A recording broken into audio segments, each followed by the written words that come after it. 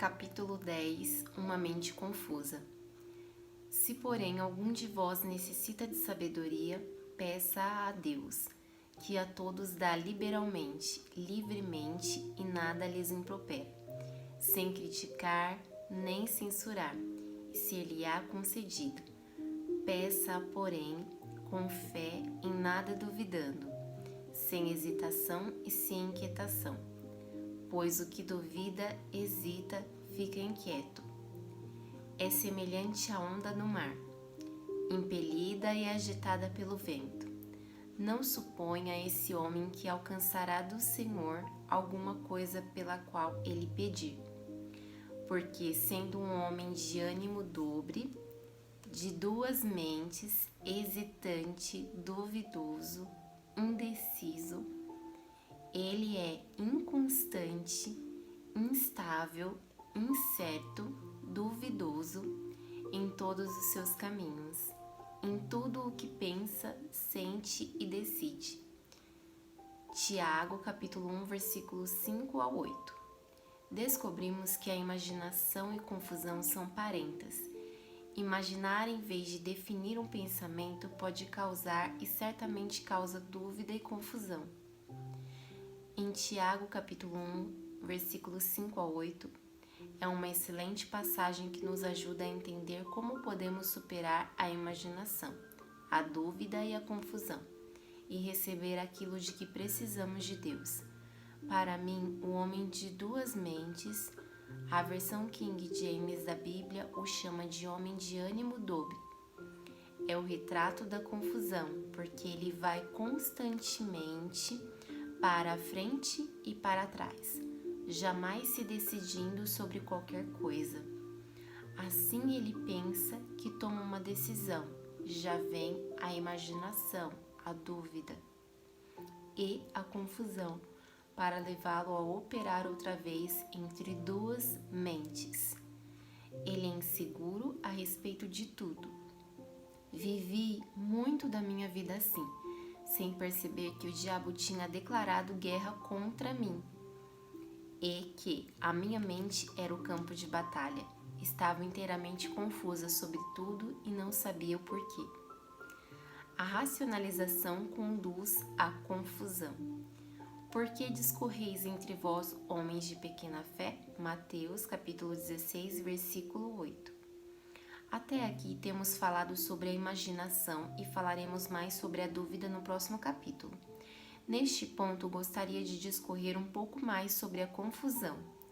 Uma grande porcentagem do povo de Deus é admitidamente confusa. Por quê? Como vimos, uma razão é a imaginação, a outra é a racionalização. O dicionário define a palavra razão em sua forma de substantivo, como um fato ou motivo fundamental que fornece sentido lógico para uma premissa ou acontecimento. E na sua forma verbal, como usar a faculdade da razão, pensar loucamente. Uma maneira simples de dizer isso é racionalizar. Acontece quando uma pessoa tenta imaginar o porquê por trás de uma coisa. A racionalização faz com que a mente se revolva em torno de uma situação, assunto ou evento, tentando entender todas as complicadas partes que a compõem.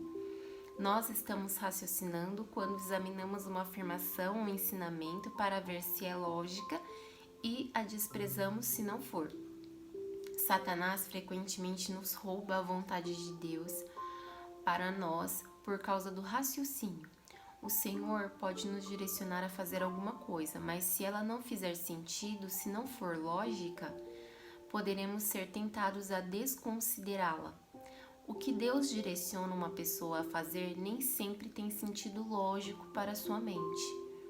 Seu espírito pode confirmá-lo e a sua mente rejeitá-lo, especialmente se for algo extraordinário ou desagradável ou se demandar sacrifício ou desconforto pessoal. Não racionalize na mente, apenas obedeça no espírito. Ora, o homem natural não aceita as coisas do espírito de Deus, porque eles são loucura e não pode entendê-las, porque elas se discernem espiritualmente. espiritualmente. Primeira carta de Coríntios, capítulo 2, versículo 14. Aqui está uma ilustração pessoal, prática, que espero que trará mais compreensão sobre a questão de racionalizar na mente em oposição a obedecer no espírito. Certa manhã, quando estava me vestindo para ministrar em um encontro semanal que dirijo perto da minha cidade, comecei a pensar sobre a mulher que dirigia nosso ministério de ajuda lá e como ela tinha sido fiel. Veio um desejo ao meu coração de fazer alguma coisa para abençoá-la de alguma forma. Pai, Ruth Ann tem sido uma bênção para todos nós todos esses anos, eu orei. O que posso fazer para ajudá-la? Imediatamente meus olhos caíram sobre um vestido vermelho, novo, que estava pendurado em meu closet. E sabia em meu coração que o Senhor estava me impelindo a dar aquele vestido a Ruth Ann. Embora o tivesse comprado 3 meses antes, nunca o tinha usado. Para falar a verdade, ainda estava pendurado na sacola plástica em que eu o havia trazido para casa. Eu gostava muito dele, mas cada vez que pensava em usá-lo, por alguma razão não tinha vontade de vesti-lo. Lembre-se, eu disse que quando os meus olhos caíram sobre o vestido vermelho, eu sabia que deveria dá-lo ao Ruth Ann. Entretanto, na verdade, não queria dá-lo. Então, imediatamente, comecei a questionar em minha mente que Deus não poderia estar me dizendo para dar-lhe o vestido vermelho, porque ele era novinho em folha. Nunca tinha sido usado, tinha sido bastante caro e eu tinha até mesmo comprado brincos vermelhos e prateados para combinar com ele. Se eu tivesse mantido a minha mente carnal fora da história e continuado a ser sensível a Deus em meu espírito, tudo teria saído muito bem, mas nós humanos temos uma habilidade de nos enganarmos por meio da racionalização, quando não queremos realmente fazer o que Deus está dizendo. Em alguns minutos havia me esquecido de tudo, tinha ido cuidar das minhas coisas. O ponto crucial era que eu não queria dar o vestido porque era novo e gostava dele. A minha mente arrazoou que o desejo que senti poderia não ter sido de Deus, mas que o diabo estava tentando tirar de mim alguma coisa de que eu gostava. Algumas semanas mais tarde, estava me arrumando para outra reunião no mesmo local, como anteriormente, quando outra vez o nome de Ruth Ann veio ao meu coração. Comecei a orar por ela. Repeti toda a cena dizendo: Pai, Ruth Ann tem sido uma bênção tão grande para nós, o que posso fazer para abençoá-la? Imediatamente vi o vestido vermelho, outra vez, e me senti afundando em minha carne, porque agora me lembrava do outro incidente do qual tinha me esquecido rápido e totalmente. Dessa vez, não havia como torcer a situação, ou tinha de encarar o fato de que Deus estava me mostrando o que fazer. Então, fazê-lo, ou simplesmente eu tinha de dizer: sei o que estás me mostrando, Senhor, mas simplesmente não vou fazê-lo. Amo o Senhor demais para desejar desobedecer-lhe intencionalmente, então comecei a conversar com ele sobre o vestido vermelho. Em poucos minutos percebi que na ocasião anterior eu tinha chegado à minha conclusão fora da vontade de Deus e havia levado apenas um momento para fazê-lo. Tinha pensado que não poderia estar ouvindo o Senhor porque o vestido era novo. Entretanto, agora percebi que a Bíblia nada diz sobre doar apenas coisas velhas. Seria um sacrifício maior para mim dar o vestido porque era novo, mas seria também uma bênção maior para Ruth Ann. Quando abri meu coração para Deus, ele começou a me mostrar que, para início de conversa, havia comprado o vestido para Ruth Ann. Por essa razão, jamais consegui usá-lo.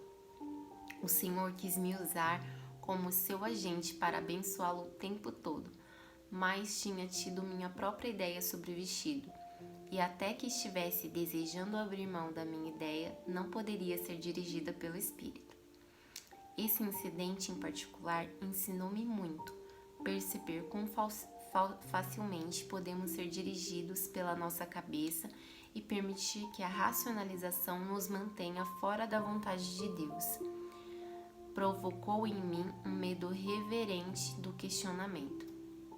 Lembre-se, de acordo com 1 Coríntios capítulo 2, versículo 14, o homem natural não entende o homem espiritual.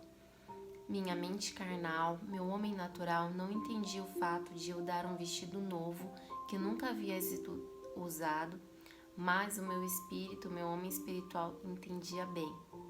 Espero que esse exemplo lhe traga mais compreensão nessa área e o ajude a caminhar na vontade de Deus mais do que antes. Por falar nisso, você provavelmente deve estar se perguntando se afinal dei o vestido vermelho a Ruth-Ann. Sim, eu dei, e agora ela trabalha em nosso escritório em tempo integral e ocasionalmente ainda usa o vestido vermelho para trabalhar. Seja um praticante da palavra. Tornai-vos, pois, praticantes, obedecei à mensagem da palavra, e não somente ouvintes, enganando-vos a vós mesmos, levando-vos ao engano pelo questionamento contrário à verdade. Tiago, capítulo 1, versículo 22. A qualquer tempo que virmos o que a palavra disser e nos recusarmos a cumpri-la, o questionamento tem de alguma forma se envolvido e nos enganado para que acreditemos em alguma coisa que não é a verdade. Não podemos gastar tempo excessivo tentando entender mentalmente tudo o que a palavra diz. Se testemunharmos no Espírito, podemos ir em frente e fazer o que deve ser feito. Descobri que Deus quer que eu lhe obedeça, quer tenha vontade, queira ou ache que é uma boa ideia, quer não. Quando Deus fala por meio da sua palavra ou do nosso homem interior, não devemos arrazoar, debater ou nos perguntar se o que ele disse é lógico. Quando Deus fala, devemos nos mobilizar e não racionalizar. Confie em Deus, não na razão humana. Descansa e tem fé, confia no Senhor de todo o teu coração e mente. E não te estribes no teu próprio entendimento ou perspectiva. Provérbios capítulo 3, versículo 5. Em outras palavras, não confie em racionalização. A racionalização abre a porta para a decepção e traz muita confusão. Certa vez perguntei ao Senhor por que tantas pessoas estavam confusas, e Ele me disse: diga-lhes que parem de tentar imaginar tudo e elas deixarão de ser confusas. Descobri que isso é absolutamente verdade. A racionalização e a confusão caminham juntas. Eu e você podemos ponderar uma coisa em nosso coração, colocá-la diante do Senhor e ver se Ele deseja nos dar a compreensão a tal respeito. Mas, no instante em que começarmos a nos sentir confusos, teremos ido longe demais. A racionalização é perigosa por muitas razões, mas uma delas é esta. Podemos racionalizar e imaginar alguma coisa que parece fazer sentido para nós, mas o que podemos ter racionalizado como correto pode estar errado. A mente humana gosta de lógica, de ordem, de razão. Ela gosta de lidar com aquilo que entende. Portanto, temos a tendência de colocar as coisas em caixinhas limpas nos departamentos da nossa mente, pensando, isso deve ser assim porque se encaixa tão bem aqui. Podemos encontrar alguma coisa com a qual nossa mente se sente confortável e ainda assim estarmos totalmente errados. O apóstolo Paulo disse em Romanos capítulo 9, versículo 1, digo a verdade em Cristo, não minto, testemunhando comigo no Espírito a minha própria consciência, iluminada e preparada pelo Espírito Santo. Paulo sabia que estava fazendo a coisa certa, não porque seu raciocínio disse que estava certo, mas porque ele testemunhou no seu espírito. Como temos visto, a mente algumas vezes ajuda o espírito.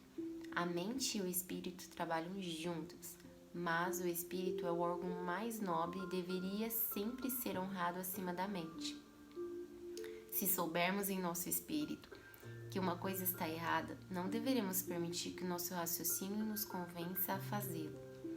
Por outro lado, se soubermos que uma coisa é certa, não deveremos permitir que nosso raciocínio nos convença a não fazê-lo. Deus nos dá entendimento em muitos assuntos, mas nós não precisamos entender tudo para andarmos com o Senhor e em obediência à sua vontade. Há momentos em que Deus deixa enormes pontos de interrogação em nossa vida para aumentar a nossa fé. Perguntas não respondidas crucificam a vida da carne. É difícil aos seres humanos desistir da racionalização e simplesmente confiar em Deus, mas quando o processo é finalizado, a mente entra em um lugar de descanso. Racionalizar é uma das atividades ativas, na qual a mente se engana e que impede o discernimento e o conhecimento da revelação. Há uma grande diferença entre o conhecimento que vem da cabeça e o conhecimento por revelação. Não sei sobre você, mas quero que Deus me revele as coisas de tal maneira que saiba em meu espírito que o que foi revelado à minha mente está correto. Não quero racionalizar, imaginar e ser lógica, revolvendo minha mente em torno de um assunto até ficar exausta e confusa. Quero experimentar a paz da mente e de coração, que vem da confiança em Deus, não do meu próprio discernimento humano e entendimento. Eu e você devemos crescer até o ponto de ficarmos satisfeitos por conhecer o único que sabe, ainda que não saibamos. Resolva não conhecer nada, exceto Cristo.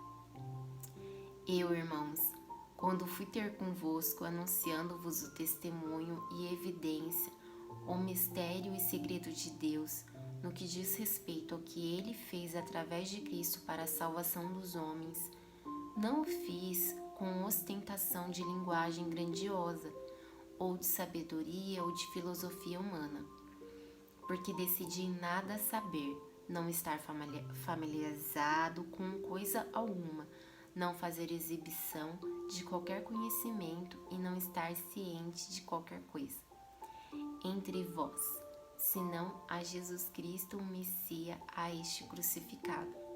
Primeira carta de Coríntios, capítulo 2, versículo 1 e 2. Esse era o enfoque de Paulo para o conhecimento e racionalização, e consegui entendê-lo e apreciá-lo. Levou muito tempo, mas finalmente percebi que em muitos casos, quanto menos sei, mais feliz sou. Algumas vezes descobrimos tanto que isso nos torna infelizes. Sempre fui uma pessoa curiosa e inquisitiva. Tinha de ter tudo calculado para estar satisfeita. Deus começou a me mostrar que a minha constante racionalização era a base da minha confusão e que isso estava me impedindo de receber o que Ele queria me dar. Ele me disse: Joyce, você deve colocar de lado a racionalização carnal se você espera ter discernimento. Percebo agora que me sentia mais segura se tivesse tudo calculado. Eu não queria nenhuma ponta solta em minha vida, queria estar no controle.